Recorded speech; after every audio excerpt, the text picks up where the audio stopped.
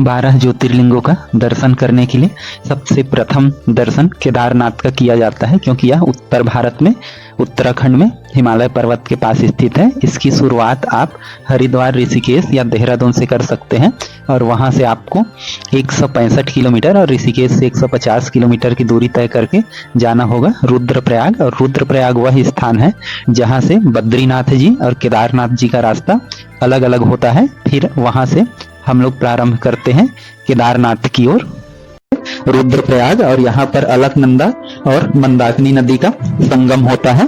और फिर हम लोग वहां यहाँ से चलेंगे प्राइवेट टैक्सी से मंदाकिनी नदी के किनारे किनारे पैरालेल, जो केदारनाथ बाबा तक हमको ले जाएगा। ये चौराबाड़ी ग्लेशियर केदारनाथ से ही निकला है, तो यहाँ से हम लोग चलेंगे।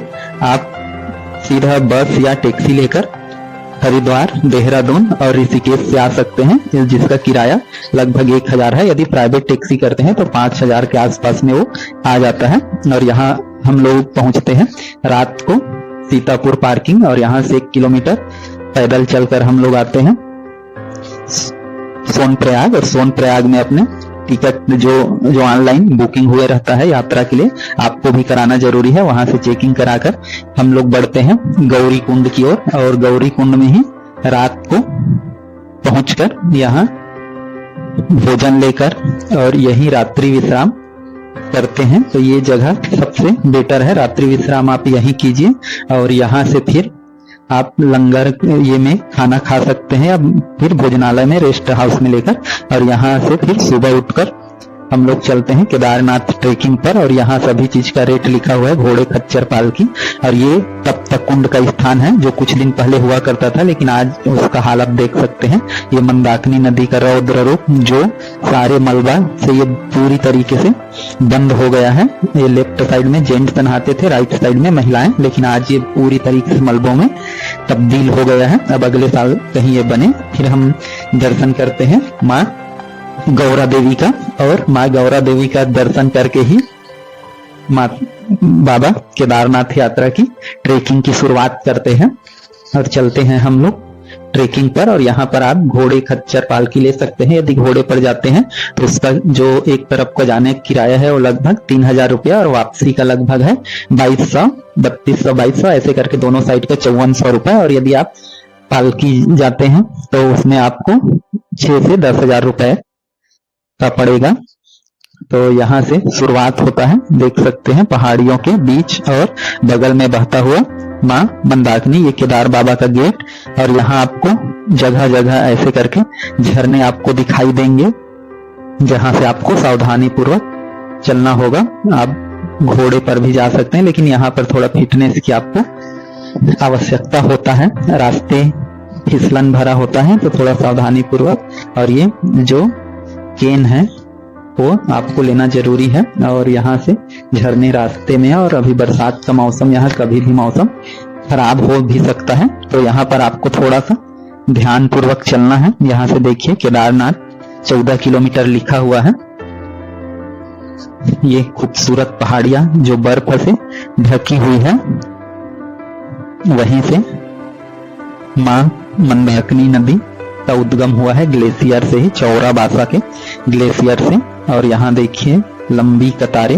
और केदारनाथ बाबा चारों धामों में सबसे ज्यादा भीड़ होता है यहाँ, क्योंकि ये ऐसी जगह है, ये 4 धामों में से तीसरा धाम है, लेकिन उससे कहीं ज्यादा प्रमुख है।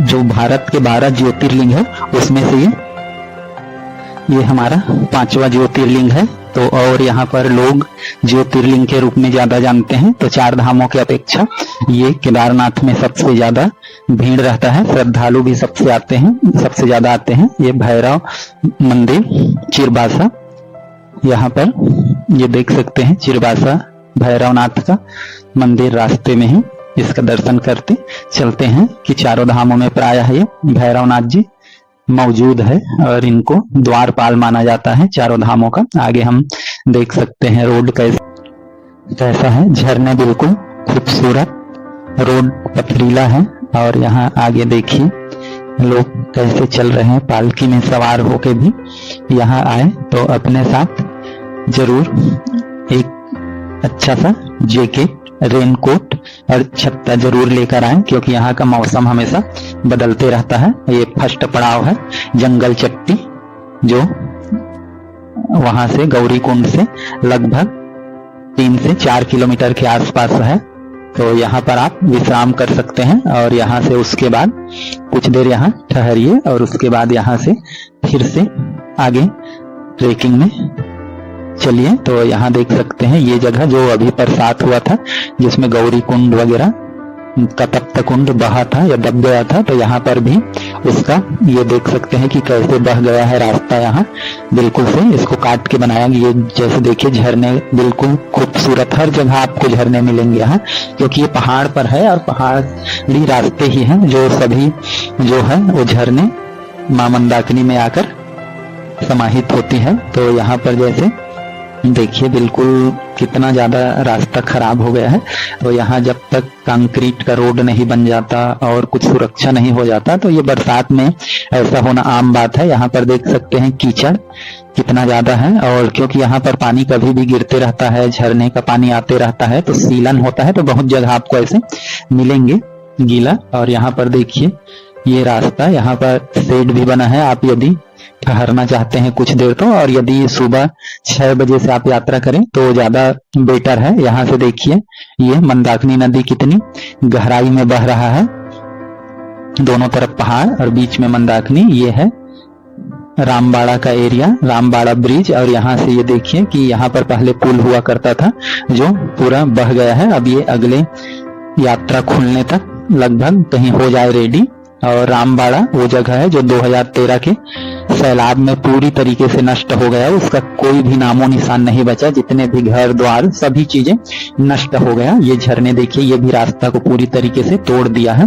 और ऐसे झरने आपको रास्ते में बहुत सारे मिलेंगे, जहाँ फिसलन होगा, जहाँ मिट्टी खराब होगा। तो जूते हमेशा ग्रिप वाले पहन के आए। यहाँ पर जूते में ग्रिप होना जरूरी है। और यहाँ पर क्योंकि इसमें चलना होगा, देखिए लोग आ भी रहे हैं। तो जो लोग सुबह जाते हैं तो वो लोग शाम तक पहुंचते हैं, या तो शाम को दर्शन करते हैं, पहले दर्शन कर लेते हैं 1-2 बजे और फिर शाम को ठहरते हैं, क्योंकि 18 किलोमीटर चढ़ाई चढ़ के तुरंत आना संभव नहीं होता। तो फिर रात का आरती देखते हैं और उसके बाद आते हैं। यहाँ से 2 रास्ते हैं, लेफ्ट कच्ची वाला शॉर्टकट है, लेकिन इसमें से आपको सीधा रास्ता मिलेगा। और ये कंक्रीट है, इधर का रोड बहुत अच्छा है।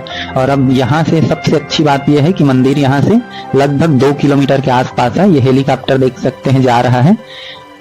तो ये सबसे खूबसूरत जगह है, जहाँ पर ये बिल्कुल यहाँ पर घोड़े से आते हैं तो भी आपको यहीं पर छोड़ देगा। और ये घोड़ा स्टैंड है, लोगों को लाते हैं और ये लोग यहीं पर विश्राम करते हैं। तो यहाँ से फिर आपको पैदल ही जाना पड़ेगा। और ये मैं घोड़ा स्टैंड आपको दिखा रहा हूँ कि कितना ज्यादा मात्रा में घोड़ा होता है, क्योंकि यहाँ पर लोग या तो ऊपर चढ़ने के लिए घोड़े का इस्तेमाल करते हैं, कई लोग फिर नीचे जाने के समय अपना खुद से चल देते हैं, क्योंकि नीचे जाते समय आदमी थोड़ा आसानी से ट्रेवल कर लेता है। क्योंकि मेन दिक्कत हमको ऊपर चढ़ाव में होता है, जब हम लोग नीचे उतरते हैं तो हमको उतना ज्यादा दिक्कत नहीं होता। फिर यहाँ पर है बेस कैंप, जहाँ यदि आपको शाम होता है या आप दर्शन करके आके यहाँ पर रात्रि विश्राम कर सकते हैं, और कुछ विश्राम करके फिर अगले दिन या रात को आरती में शामिल होकर अगले दिन आप यहाँ से प्रस्थान करें कि सुबह। और सुबह तो आपको ऐसा संभव नहीं होगा कि सुबह आप जाए और जल्दी से आपको दर्शन हो जाए, क्योंकि जो लोग वहां से लेट से आते हैं गौरी कुंड से, वो लोग शाम को पहुंचते हैं और दर्शन उनको अगले दिन ही मिल पाता है। तो ये यहाँ का मुख्य है। सुबह 4 बजे मंदिर खुलता है और रात को 9 बजे बंद हो जाता है। तो यहाँ पर ये चीज का ये देखिए, ये हेलीपैड है और यहाँ पर आप सीधा फाटा से, सिरसी से और गुप्तकाशी से आ सकते हैं, जिनका प्राइस 6161 और 8000 है। आने और जाने दोनों टाइम का है। लेकिन इसमें दिक्कत यह है कि इसको ऑनलाइन ही बुकिंग करना पड़ता है। आप कर सकते हैं ट्राई, आपको मिल जाए तो ठीक है, लेकिन पहले से ले लें ताकि हम वहां पर जाएं, नहीं तो आपको गौरी कुंड आना पड़ेगा। और क्योंकि ये जल्दी टिकट बिक जाता है, बहुत जल्दी, तो लोगों को ऐसा नहीं है कि जो जाना चाहे उनको मिल ही जाएगा। तो यदि आपको मिल जाता है तो आप लकी है समझ लीजिए, और उसी में आइए। हेलीकॉप्टर में वो ज्यादा सहूलियत होता है। लेकिन यदि आप फिट हैं और रास्ते का मजा लेने चाहते हैं तो ट्रेकिंग से होकर भी आ सकते हैं। ट्रेकिंग ज्यादा बेटर है यदि आप फिट है तो। और यहाँ से देखिए मैं दिखा रहा हूँ आपको, ये जो कुछ शेड बना हुआ है, ये जो है ये पैदल मार्ग वाला है। और इसके इस पार जो खाई नुमा दिख रहा है, यहाँ से हेलीकॉप्टर आता और जाता है। तो ये वाला जो है ये पैदल मार्ग वाला है और ये वाला हेलीकॉप्टर मार्ग है, मतलब यहीं से ये आते हैं। यहाँ पर आपको अपना जो रजिस्ट्रेशन है उसको देके दर्शन टोकन लेना पड़ता है, फिर आप मंदिर के साइड जाएंगे। और मंदिर देखिए यहाँ से दिख रहा है केदारनाथ बाबा का, तो यहाँ से आप देखेंगे कि मंदिर हमको दिखाई दे रहा है। तो बोला जाता है कि मंदिर के शीश जो दर्शन है वो भी मंदिर के गर्भगृह में जो दर्शन करते हैं उसी के समान है यहाँ केदार बाबा का। और केदारनाथ प्रत्यक्ष रूप से यहाँ भगवान शिव केदारनाथ में उपस्थित रहते हैं, तो यहाँ पर आपको आकर जरूर मोक्ष की प्राप्ति होता है। तो यहाँ पर ये देख सकते हैं बिल्कुल कि हम लोग मंदिर प्रांगण में लगभग पहुंचने ही वाले हैं। और यहाँ बिल्कुल मौसम का कभी भी कहा नहीं जा सकता, ठंड बहुत ज्यादा होता है, कब बरसात होने लगे, क्योंकि ये अधिकतर ऊंचाई पर होता है। जय केदार बाबा। यहाँ पर देखिए लोगों का कितनी ज्यादा संख्या में होते हैं लोग यहाँ पर बिल्कुल सुंदर बदली बहुत ज्यादा मात्रा में है।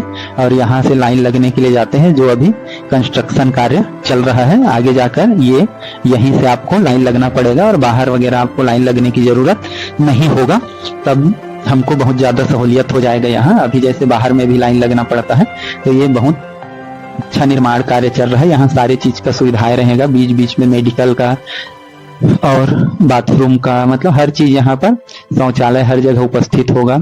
जगह जगह सीसीटीवी कैमरे लगे, मतलब एलईडी लगा होगा। यहाँ पर देख सकते हैं जहां से आप, ये एलईडी लगा है और यहाँ से आप सीधा गर्भगृह का दर्शन कर सकेंगे। तो यहाँ देखिए लोगों का ये लाइन लगा हुआ है ऐसा करके। तो इस लाइन में ऐसे लाइन चलता है बीचों बीच, और लोग बहुत सारे मात्रा में ऐसे जाते हैं। और जो मंदिर के पास आता है तो इस प्रकार से यहाँ लोगों का देखिए कैसे लाइन लगा है। अभी के डेट में लोगों को 4 से 6 घंटे लग रहे हैं, क्योंकि अभी बहुत ज्यादा भीड़ हो जा रहा है। तो इसलिए लोग थोड़ा परेशान भी हो रहे हैं, क्योंकि लाइन में अभी कुछ दिन पहले एक दुखद भी घटना घटा था। तो जय केदार बाबा सबकी मनोकामना को पूर्ण करे। और मंदिर दर्शन करने के बाद नंदी महाराज मुख्य मंदिर, यहाँ से देखिए ये जो है गौ माता से पानी, नंदी महाराज से पानी आ रहा है। और ये गेट भी है, ये गेट वीआईपी गेट है। यहाँ से आप 2100 रुपए का रसीद कटाकर वीआईपी दर्शन कर सकते हैं। बिल्कुल तुरंत हो जाता है, इसमें लाइन वगैरह ज्यादा नहीं होता। तो ये लोग देखिए बहुत कम मात्रा में, मतलब उसकी तुलना में बहुत कम मात्रा में होते हैं। तो यहाँ से आप सीधा 2100 रुपए देकर, मतलब रसीद कटाकर इनका दर्शन कर सकते हैं। लेकिन इसके कारण लोगों को परेशानी भी होता है। ये है भीमशिला, 2013 का जो सैलाब आया था उसमें इसकी मुख्य भूमिका था मंदिर को बचाने में। तो इसको ये ऊपर से जो पानी आया था चिरबासा झील में दरार आने के कारण, तो वहां से बह के आके यहाँ रुका था। देख सकते हैं कितना बड़ा है, विशाल, और दोनों तरफ से पानी को काट दिया था, जिससे मंदिर का जो है कुछ भी क्षति नहीं हुआ और मंदिर बिल्कुल सही सलामत बचा। जबकि मंदाकिनी नदी अपने रास्ते में आने वाले हर एक चीज को तहस नहस कर दिया। यहाँ से फिर मंदिर का ये चारों तरफ का एरिया देखिए कितना सुंदर, पत्थरों को तराश के बनाया गया है ये प्राचीन मंदिर, जो 8वीं-9वीं शताब्दी में। और ऐसा माना जाता है कि इस मंदिर का निर्माण पांडव जन्मेजय ने किया था, जिसका जीर्णोद्धार 8वीं-9वीं शताब्दी में कराया गया था आदि आचार्य शंकराचार्य जी ने। और ये शंकराचार्य जी का जस्ट वहीं ऊपर में ये समाधि स्थल है, मठ है, समझिए ये कि यहाँ पर ये शंकराचार्य जी का है। और ये मंदाकिनी नदी जो चिरबासा ग्लेशियर से निकलता है और ये यहीं पर बहता है। और आगे 1 किलोमीटर की ऊंचाई पर ही भैरवनाथ मंदिर है, जहां से आप पूरे केदारनाथ का दर्शन कर सकते हैं। जब ऐसा माना जाता है कि जब शीतकाल में केदारनाथ धाम बंद होता है, तब भैरवनाथ ही यहाँ का रक्षा करते हैं। और शीतकाल में केदारनाथ जी को ऊखी मठ में ले जाया जाता है और 6 माह तक वहीं पूजा किया। ये देखिए बिल्कुल घाटी, शाम को भोलेनाथ की ये आरती होता है, जो 7 बजे और सुबह 4 बजे भी आरती होता है। तो आरती का ये समय है, इसमें आप उपस्थित होकर अपने आप को धन्य कीजिए।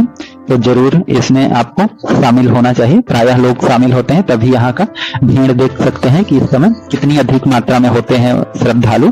तो जो कोई भी आता है प्रायः, क्योंकि एक दिन तुरंत तो वापस नहीं जा सकता, तो जो विश्राम करता है प्रायः ये देख सकते हैं लोगों का हुजम कितना ज्यादा भीड़ होता है। तो हर कोई आरती में जरूर शामिल होता है। केदारनाथ बाबा आपकी मनोकामना पूर्ण करें। जय केदार।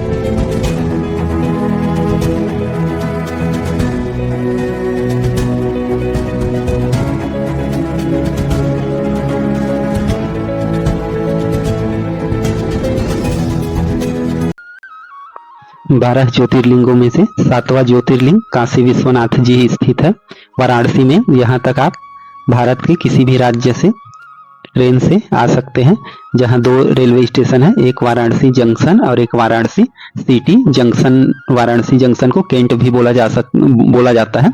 यहाँ से आप देख सकते हैं, आप गेट नंबर 1 से या प्लेटफॉर्म 1 से बाहर आएंगे और बाहर आने के बाद ये काशी विश्वनाथ काशी का देख सकते हैं रेलवे स्टेशन, और यहाँ से पास में ही बस स्टैंड है। यहाँ आने के लिए आप प्लेन से भी आ सकते हैं, पास में ही लाल बहादुर शास्त्री एयरपोर्ट है, और फिर रेलवे स्टेशन से आप ऑटो लेकर मंदिर काशी विश्वनाथ जी का 4 किलोमीटर है, यहाँ आपको गदौलिया चौराहा आना पड़ेगा, भदौलिया चौराहा। और यहाँ से फिर आप देखेंगे कि यहाँ से 2 रास्ते जाते हैं, एक आप 10 अश्व घाट जा सकते हैं और आप सीधा मंदिर की ओर जा सकते हैं। तो ज़्यादा अच्छा है कि आप मंदिर की ओर भी चल सकते हैं और उधर भी। तो आगे हम लोग बढ़ते हैं मंदिर की ओर, और गंगा स्नान का यहाँ विशेष महत्व है।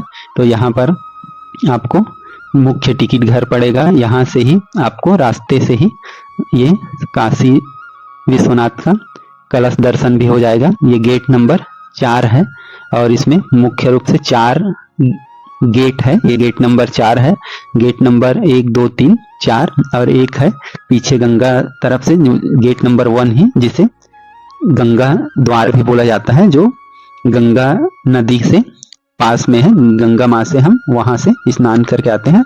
और गेट नंबर 4 के पास ही देखिए अन्नपूर्णा भवन है, जहाँ खाने पीने की व्यवस्था होता है। और ये खाने पीने की व्यवस्था बिल्कुल मुफ्त में होता है और बहुत ही सुंदर यहाँ पर खाना मिलता है। बिल्कुल आपको बैठा के जितना खाएंगे उतना खिलाया जाता है, लड्डू, हलवा, दाल, चावल, सब्जी।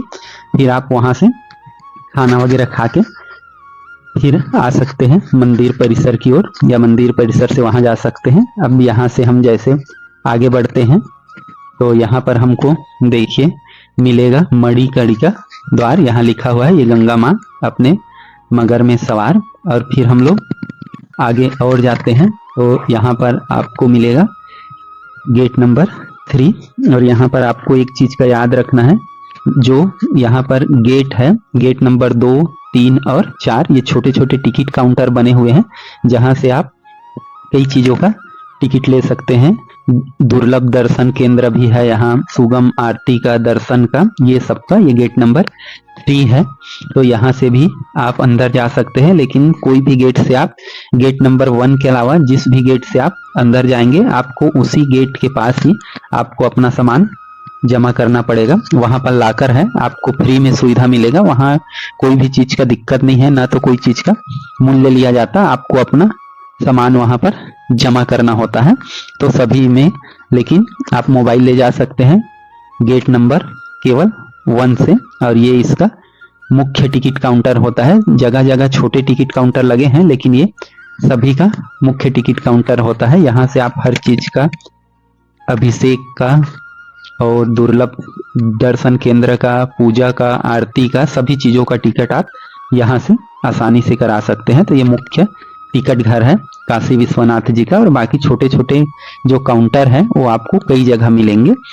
और यहाँ फिर अब हम आपको दिखाते हैं गेट नंबर 1। ये तो गेट नंबर 1 से, इससे गेट नंबर 1 जाने का रास्ता है ये सकरा सा, मतलब गंगा मैया की ओर।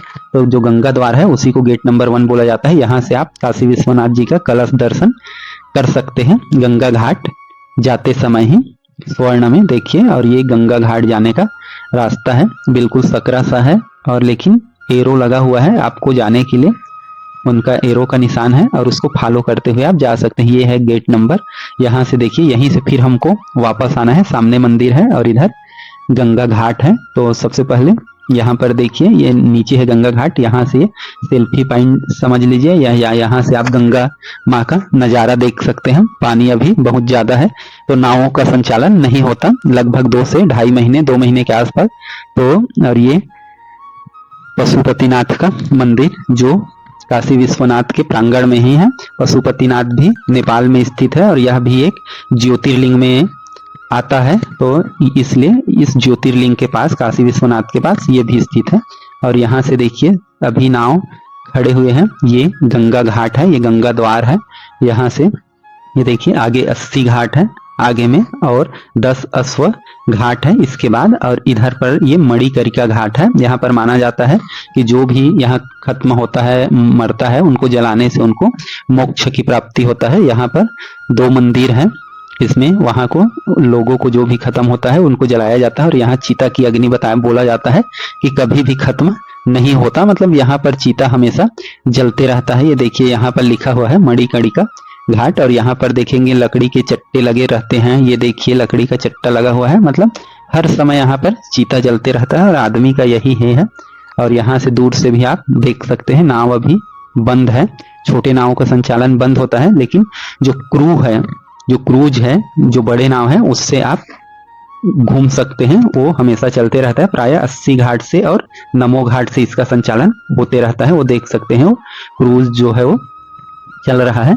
तो चलिए हम लोग यहाँ से गंगा घाट से स्नान करके या जैसे भी हो अपने ऊपर जल डालकर आप आगे बढ़ते हैं। तो यहाँ भी देखिए ये टिकट काउंटर, यहाँ हर जगह ऐसे छोटे टिकट काउंटर में लगे रहते हैं, जहाँ पर आपको आरती का, सुगम दर्शन का, हर चीज का यहाँ पर रेट लिखा हुआ है, और उतना देकर आप आसानी से दर्शन कर सकते हैं। वहाँ स्पर्श भी कर सकते हैं आप भगवान विश्वनाथ को।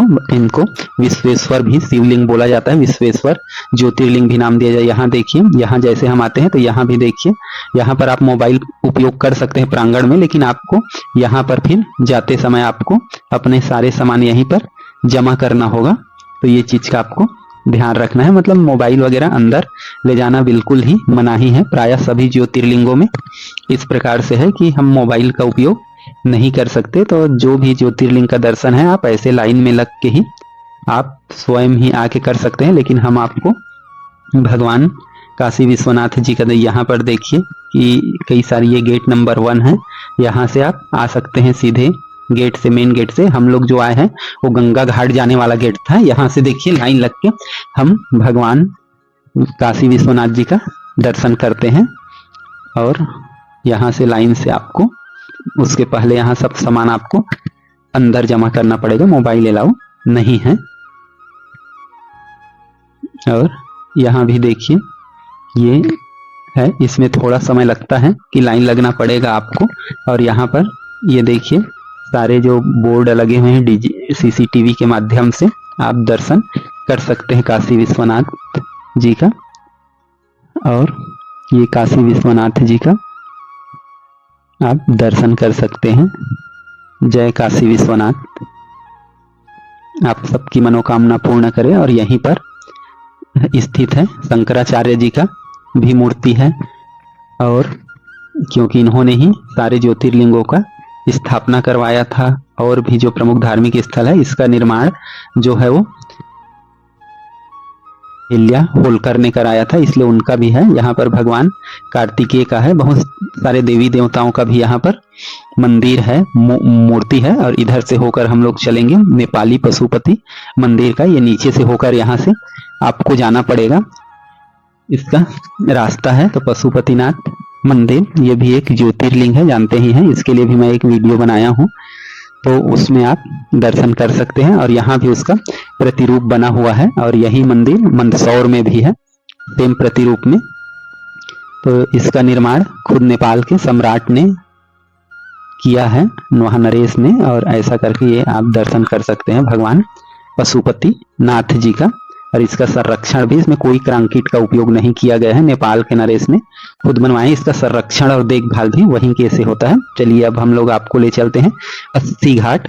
80 घाट बनारस का सबसे प्रमुख घाट है, और यहाँ से आपको क्रूज की व्यवस्था मिल जाएगा। सुबह सुबह यहाँ योगा होता है, यहाँ से 300 रुपए का टिकट लेकर आप क्रूज में सवार होकर पूरे घाटों का दर्शन कर सकते हैं, माँ गंगा का दर्शन कर सकते हैं। देख सकते हैं कि माँ गंगा का जल स्तर अभी बरसात में कितना ज्यादा है, और बरसात जैसे होता है तो आप पूरे ऐसे अर्ध चंद्रमाकार में है पूरा बनारस। तो आपको 300 रुपए में ये जो क्रूज है पूरा बनारस के सभी घाटों का चलते हुए दर्शन कराता है। और यहाँ पर जितने भी घाट है, 80-84 घाट है लगभग, तो उन सभी का आप यहाँ से दर्शन कर सकते हैं। और इस समय जब गंगा माँ का जल स्तर बहुत बड़ा होता है तो छोटे नावों को चलने की अनुमति नहीं होता। लगभग 2 से 2.5 माह या 2 माह जब तक जल का स्तर बहुत अधिक होता है तो वो नहीं चलते। और बनारस बहुत ही समृद्ध शहर है और अयोध्या से भी ज़्यादा विकसित है और बहुत ही सुंदर नज़ारे हैं यहाँ के कि आप पूरे क्रूज से आप बनारस के हर एक घाट को देख सकते हैं। ये सुंदर बिल्कुल नज़ारे आप हर घाट का बिल्कुल आसानी से देख सकते हैं। और एक क्रूज है नमो घाट से भी चलता है, तो नमो घाट से भी इसकी सुविधा है क्योंकि प्रायः ये दोनों छोरों में जो घाट है वहां से चलता है। तो एक छोर से दूसरे छोर तक चलने से क्या होता है कि पूरा हम एक चक्कर लगा के पूरे बनारस का हम दर्शन कर सकते हैं और जितने भी 84 घाट है उन सभी घाटों का भी हम आसानी से दर्शन कर सकते हैं। तो दोनों ही छोरों में ये स्थित है। प्रायः वहां पर क्रूज की सुविधा है ताकि यहाँ से वहां तक जाने में और फिर से वापसी उसी रास्ते से या घुमा कर लाने से हम लोग माँ गंगा का भी सुंदर नज़ारा देख सकते हैं कि अभी इतना ज़्यादा जल स्तर बढ़ा हुआ है बरसात के कारण और इस कारण छोटे जो नाव वगैरह है वो बंद होते हैं और जैसे ही जल स्तर कम होगा तो फिर बीच बीच में जो गंगा माँ दिखने लगेगा तो वहाँ पर फिर छोटे नाव चलते हैं। और फिर रात को यदि यहाँ आए हैं तो माँ गंगा का आरती 80 घाट में लोग नाव में बैठकर देखते हैं। ये देखिए बिल्कुल बहुत ही सुंदर नज़ारा माँ गंगा का आरती आप सीधा देख सकते हैं यहाँ। और ये 80 घाट का आरती है तो यहाँ बहुत ही हर घाट में प्रायः माँ गंगा का आरती होता है। तो आप कहीं भी हो किसी भी घाट में वहाँ से माँ गंगा का आरती आप देख सकते हैं। जय माँ गंगा, जय काशी विश्वनाथ।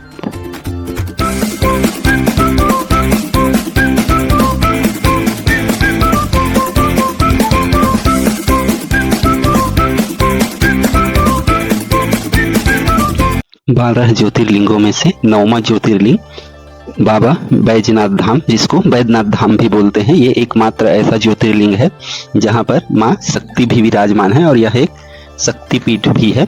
तो मैं आज आप लोगों को बाबा बैजनाथ के बारे में डिटेल जानकारी दूंगा, साथ में आप कैसे दर्शन कर सकते हैं, कैसे यहाँ आ सकते हैं, रुकने की व्यवस्था क्या है, सभी चीज़ों के बारे में। तो चलिए, यहाँ पहुँचने का सबसे आसान साधन है ट्रेन, जो जसडी जंक्शन है, ये मुख्य जंक्शन है। यहाँ से आकर आप बाबा बैजनाथ तक आसानी से पहुँच सकते हैं।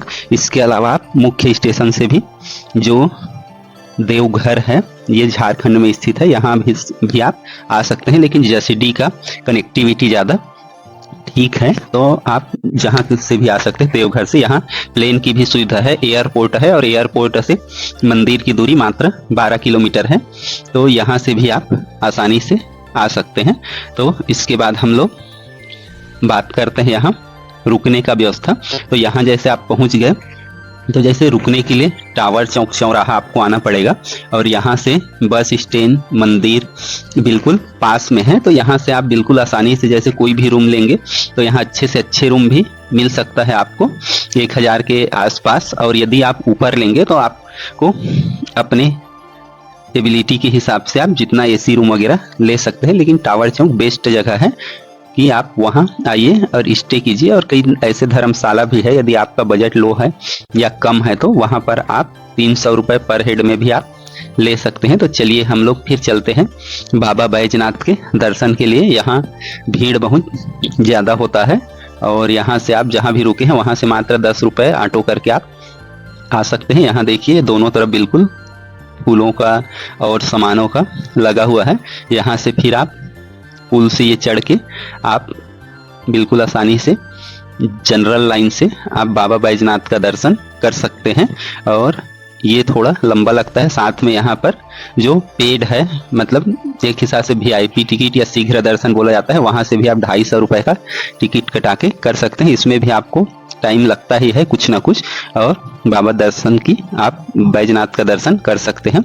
इसका केवल शिवलिंग का ऊपरी हिस्सा दिखाई देता है, बाकी हिस्सा पृथ्वी में दब गया है। ऐसा इसलिए हुआ है क्योंकि ऐसा माना जाता है कि जब बाबा बैजनाथ का ये लिंग यहाँ पर रुका था तो रावण ने अपने अंगूठे से इसको नीचे दबा दिया था, इसलिए शिवलिंग का केवल ऊपरी हिस्सा ही हमको दिखाई देता है और बाकी हिस्सा पृथ्वी में नीचे चला गया है, ऐसा मान्यता है। और ये बहुत ही पवित्र शिवलिंगों में से एक है। इसके बारे में मैं आपको आगे बताऊंगा। पहले आप बाबा बैजनाथ की दर्शन कर लीजिए। बाबा बैजनाथ आप सबकी मनोकामना को पूर्ण करें, आपकी जो भी इच्छा हो जरूर पूरा हो। आप भी यहाँ आकर बाबा बैजनाथ का दर्शन आसानी से कर सकते हैं। यहाँ गर्भगृह बस में मोबाइल अलाउ नहीं है, बाकी जगह आप मोबाइल का इस्तेमाल कर सकते हैं और कुछ लोग ले भी जा सकते हैं अंदर। तो यहाँ आप प्रांगण में भी भीड़ देख सकते हैं और कई प्रकार के यहाँ कुछ भी आप पूजा पाठ, मुंडन और कुछ संस्कार यहाँ करवा सकते हैं। और ये देखिए, ये जो धागा है ये महादेव जी है, वो माता पार्वती का गठबंधन किया गया है और यहाँ हर समय भीड़ जो है वो बहुत ज़्यादा होता है। और यहाँ एक बात और, यहाँ पंडे लोग थोड़ा ठीक नहीं है, तो उनसे थोड़ा दान मांगना और कुछ करना तो ये थोड़ा सा अप्राकृतिक है, तो थोड़ा शोभनीय नहीं है, तो उनसे बच के रहिए। और मेरे हिसाब से इनको दान दक्षिणा भी हो सकता है, कमें दीजिए। और ये पवित्र, सबसे पवित्र ज्योतिर्लिंगों में से एक है। ये माता पार्वती है और इधर शिव जी, और यहाँ प्रांगण में बहुत सारे और देवी देवताओं का भी मंदिर है जिनका आप दर्शन कर सकते हैं। मतलब मंदिर प्रांगण में ही बहुत सारे देवी देवताएं हैं चारों तरफ। ऐसा मानना है कि यहाँ लगभग 22 मंदिर है कुल मिला के, तो 22 मंदिर में आप कर सकते हैं। कुछ भी आपको बच्चे का मुंडन करा सकते हैं, हर चीज़ की यहाँ पर पूजा पाठ होता है। यहाँ पर पुलिस प्रशासन उतना नहीं है। यहाँ से कुछ दूर चलने पर, या बाजार है ये, यहाँ पर आप ले सकते हैं। और यहाँ पर कुछ दूर चलने पर है शिव गंगा सरोवर। ऐसा यहाँ पर मान्यता है कि इसमें मंदिर के दर्शन के पहले या बाद आप कर सकते हैं स्नान। और इसके बाद चलते हैं हम लोग यहाँ से, आप टैक्सी से वासुकीनाथ मंदिर, ऐसा माना जाता है ये भी मंदिर सेम बाबा बैजनाथ की तरह बना हुआ है और प्रांगण में बहुत सारे मंदिर है। और इसके दर्शन के बाद ही माना जाता है कि बाबा बैजनाथ धाम का जो दर्शन है वो पूर्ण होता है। तो वासुकीनाथ जी आप सबकी मनोकामना को जरूर पूर्ण करें। आप भी यहाँ आ सकते हैं। इसके बाद यहाँ से दूसरी जगह त्रिकूट पर्वत चलते हैं। यहाँ से कुछ सीढ़ियाँ ऊपर चलने के बाद हम लोग देखेंगे कि कई सारे यहाँ देवी देवताओं का यहाँ भी ये छोटा सा पर्वत है। और यहाँ हर जगह जाएंगे तो ये जो दिख रहा है गठबंधन शिव जी और माता पार्वती का, ये हर एक जगह है। ये पहाड़ के ऊपर है, यहाँ बंदर है और शिलाएं हैं बहुत सारे। और इसके बाद आगे यहाँ से तपोवन जा सकते हैं, पास में ही है। तो तपोवन का खासियत ये है कि यहाँ से आपको 100 सीढ़ी के आसपास ऊपर चढ़ने के बाद यहाँ पर गुफाओं में बहुत सारे देवी देवताओं का मंदिर है, मूर्ति है। और ऐसा माना जाता है कि यहीं पर रावण ने भगवान शिव जी की तपस्या किया था और उसको खुश करके अपने लंका ले जाने का आग्रह किया था, जिससे बैजनाथ धाम का निर्माण हो। वो आगे मैं बता रहा हूँ। इसके बाद और है नवलखा मंदिर। ये बहुत ही विशाल मंदिर है और ये भव्य आकृति में बना हुआ है। तो देख सकते हैं कितना ये भव्य मंदिर है। और यहाँ आप सुबह आते हैं तो सभी जगह का घूम के फिर से शाम को आप वापस बाबा बैजनाथ के धाम में आ सकते हैं। सभी जगह को घूम के और शाम को फिर से यहाँ पर आप दर्शन नहीं कर पाएंगे तो खरीदारी कर सकते हैं और बाबा बैजनाथ के आरती में भी शामिल हो सकते हैं। तो ये सबसे पवित्र जगह में से एक है। ऐसा इसका माना जाता है कि जब रावण ने तपोवन में तपस्या किया, भगवान शिव को जब अपना सिर चढ़ाने लगा, 9 बार चढ़ा दिया, तो 10वें बार में भगवान शिव प्रकट हुए और उनके सभी सिर उनको वापस कर दिए। और सब रावण ने उनको अपने जगह ले चलने के लिए अनुरोध किया, लेकिन ये तो शिव जी मान गए और ये शर्त रखा कि जहां पर आप इसको रखोगे मैं वहीं पर विराजमान हो जाऊंगा। और जैसे आ रहे थे यहाँ पर और है ये त्रिशूल जो है वो त्रिशूल नहीं लगा होता, इसमें पंचशूल लगा होता है। ये चीज है कि माता पार्वती के भी मंदिर में और शिव जी के भी मंदिर में।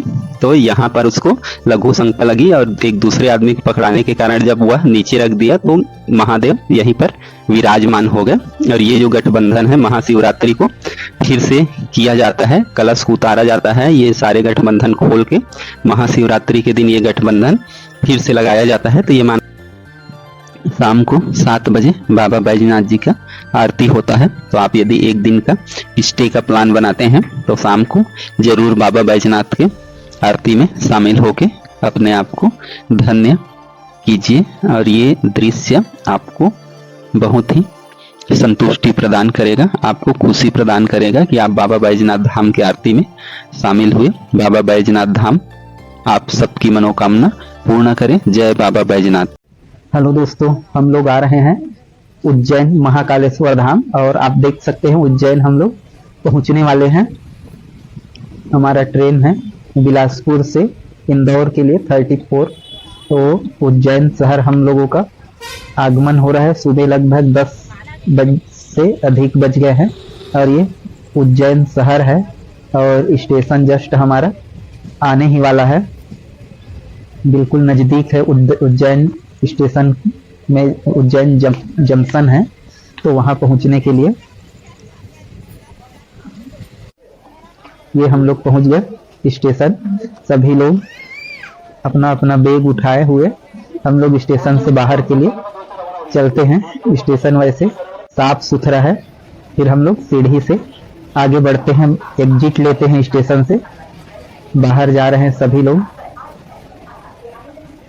देख सकते हैं ये उज्जैन स्टेशन, उज्जैन जंक्शन के बाहर का नज़ारा, जहां से आप ऑटो या जो भी चीज़ हो वहां से पकड़ सकते हैं। और यहाँ से महाकालेश्वर मंदिर ज़्यादा दूर नहीं है, 1 से 1.5 किलोमीटर है।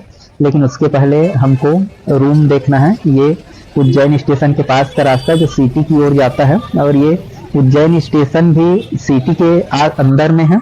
और अब हम लोग आ गए हैं अपने रूम में सभी सामान रख के सीधे महाकालेश्वर के धाम में। और ये देख सकते हैं महाकालेश्वर का एंट्रेंस, ये प्रवेश द्वार जिसे नंदी द्वार बोला जाता है, बिल्कुल भव्य बना हुआ है संगमरमर से। और जस्ट इसी से लगा हुआ ये ओवर ब्रिज है जो 4 तरफ खुलता है। ये काव्य, ये देख सकते हैं कितना भव्य द्वार है महाकाल का। महाकाल की नगरी ही देखेंगे यहाँ, आपको देख के नज़ारा बिल्कुल सुकून महसूस होगा। हम लोग आगे चलते हैं। शाम का समय हो रहा है, 4 से ऊपर का टाइम है, बदली है।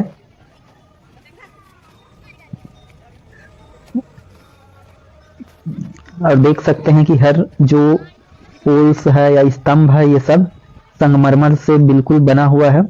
ये फिर हम लोग पीछे से देखते हैं अंदर जाने के बाद, तो ये महादेव का त्रिशूल और ये नंदी द्वार जो रात को बिल्कुल आकर्षक लगता है। मैं आगे आपको नज़ारा भी दिखाऊंगा। यहाँ बिल्कुल साफ सुथरा, बिल्कुल हर चीज क्लीन प्योर, देख सकते हैं बिल्कुल कैसे फर्श है एकदम से साफ दिख रहा है। सफाई बिल्कुल यहाँ का बहुत ही अच्छा है बोल सकते हैं यहाँ।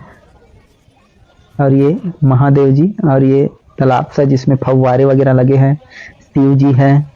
और ये स्तंभ प्रवेश द्वार सा बना हुआ है संगमरमर से ही। और यहाँ देख सकते हैं कि शेर है चारों तरफ, बीच में महादेव जी है, कमल का फूल है, पानी है, फव्वारे लगे हुए हैं लेकिन अभी चालू नहीं है क्योंकि दिन का समय है, धूप भी है, बदली भी है। ये चारों ओर का नज़ारा। आगे बढ़ते हैं हम, और जैसे हम लोग यहाँ से आगे देखते हैं तो ये देख सकते हो 7 ऋषि महादेव के चारों तरफ, महादेव स्तंभ बना हुआ है उसके चारों तरफ ध्यान में लीन है।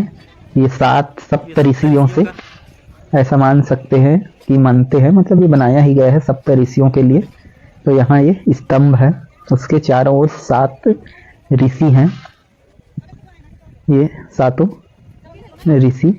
आज हम लोग पहुँचे हैं, आज हमारा पहला दिन है और हम लोग तुरंत यहाँ आ गए हैं। शाम का समय, बिल्कुल आगे बढ़ते हैं हम और आते हैं महाकालेश्वर मंदिर की ओर। आगे ये देख सकते हैं आप इसके स्तंभ, दूसरी ओर भी बिल्कुल जो इनका बाउंड्री सा है लगभग वो भी बहुत ऊंचा बना हुआ है संगमरमर से ही, संगमरमर पत्थर से ही। ये जो स्तंभ है ये देखिए कितना शोभा बढ़ाते हैं सभी स्तंभ, बिल्कुल एक जैसे सैकड़ों स्तंभ से ज़्यादा होगा। और लोग यहाँ बहुत अधिक मात्रा में आए हुए हैं। ये स्तंभ को देखेंगे आप तो बहुत मनोरम दृश्य है, साफ सफाई है।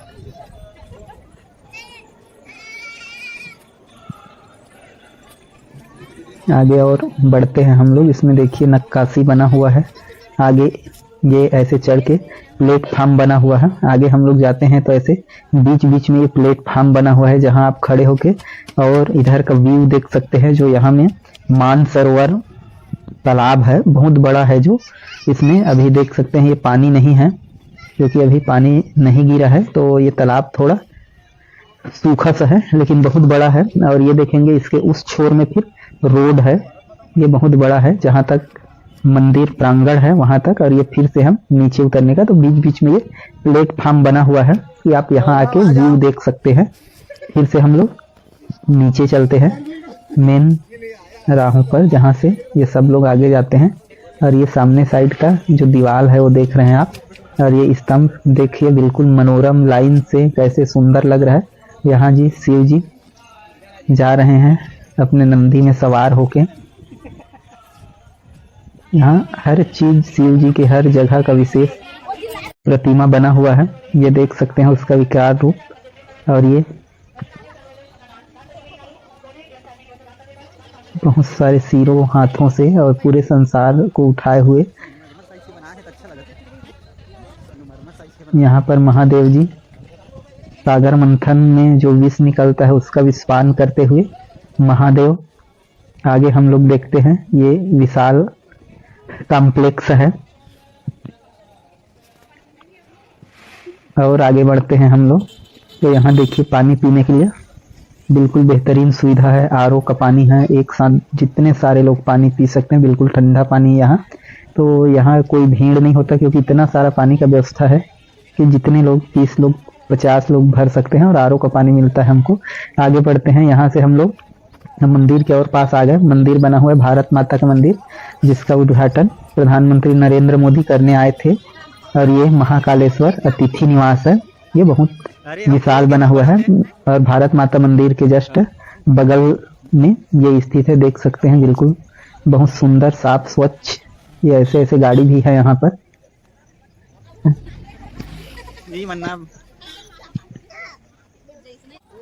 आगे हम लोग बढ़ते हैं, ये जूता चप्पल रखने के लिए यहाँ निःशुल्क व्यवस्था है। जैसे वो बोरी देता है उसमें सारे चप्पल जूता हम लोग भर देते हैं और ये वहाँ ये हो जाता है। फिर यहाँ सबसे पहले हम लोग मंदिर का दर्शन करते हैं, जो मृत्युंजय महादेव है, देख सकते हैं आप इसको। तो उस मंदिर में जाने के पहले मृत्युंजय महादेव का दर्शन करिए।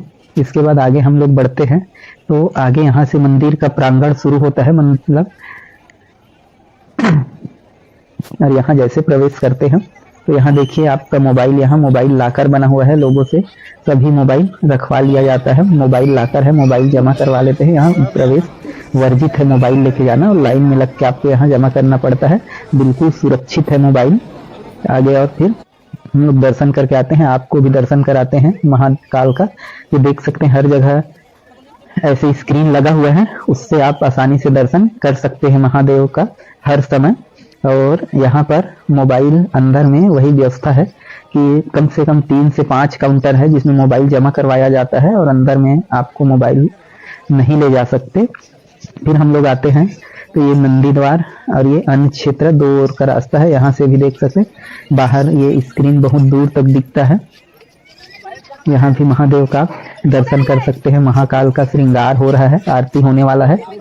और ये अब हम लोग बाहर साइड चलते हैं और आप कुछ देर बाद घंटे की आवाज सुनेंगे। और जब आरती स्टार्ट होगा, ये देख सकते हैं हल्का फुल्का शाम का समय है, लाइट जलना शुरू हो गया है। अब सभी लाइट थोड़ी थोड़ी पीली रोशनी में नहाया हुआ संगमरमर से, देखिए कितना सुंदर सुनहरे कलर में महादेव का मंदिर बिल्कुल स्वर्ण जड़ित ऐसा लग रहा है। अब लाइट कुछ लाइट जला है, लेकिन असली अब उसका प्रकाश थोड़ा सा बाकी है क्योंकि हल्का सा उजाला है। और जैसे जैसे आगे हल्का अंधेरा होगा, ये रोशनी अपना पूरा और सुंदरता बिखेरेगी। अब जैसे जैसे अंधेरा होते जा रहा है, दिन ढलते जा रहा है, देख सकते हैं महाकाल का लोक है, स्वर्ण लोक जैसे बदलने वाला है।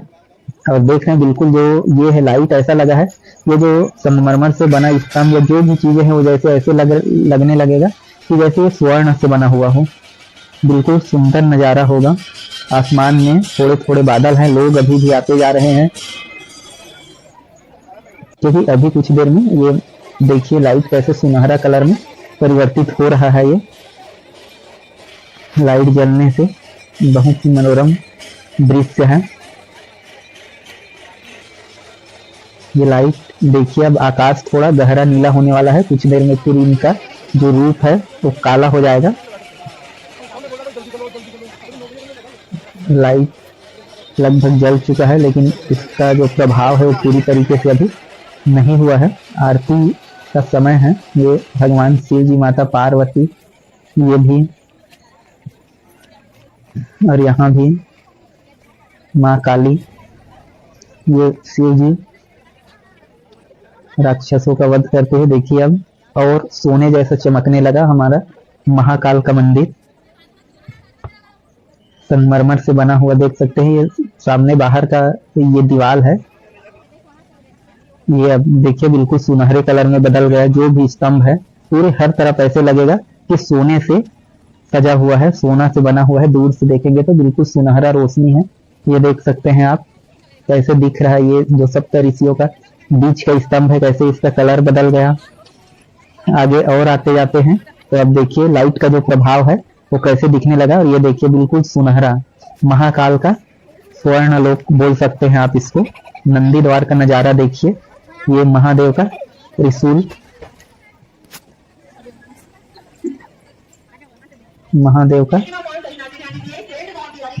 त्रिशूल। यहाँ से आगे देखिए अब जो लाइट है अपना पूरा प्रभाव बिखेरने लगा। और यहाँ से जो उस समय जब हम लोग आए थे तो ये जो नजारा था वैसा नहीं था। आकाश देखिए बिल्कुल गहरे कलर में फब्बारे जारी हो गए हैं। बिल्कुल सिंह के मुख से फब्बारे निकल रहे हैं, भगवान के बीच में चारों तरफ फब्बारे। बिल्कुल खूबसूरत नजारा, महाकाल का स्वर्ण लोक बोल सकते हैं इसको। कैसे सुनहरी कलर में बिल्कुल चमक रहा है। ये नंदी द्वार देख सकते हैं कैसे जल रहा हो। ये बिल्कुल सुनहरा, बिल्कुल सोने से बना हुआ महाकाल का ये त्रिशूल, डमरू और ओम, और ये नंदी द्वार का नजारा देखिए बिल्कुल स्वर्ण निर्मित। ऐसे लग रहा है जैसे स्वर्ण से ही बना हो। अब मैं आपको नीचे से दिखाता हूँ नंदी द्वार कितना भव्य बना है।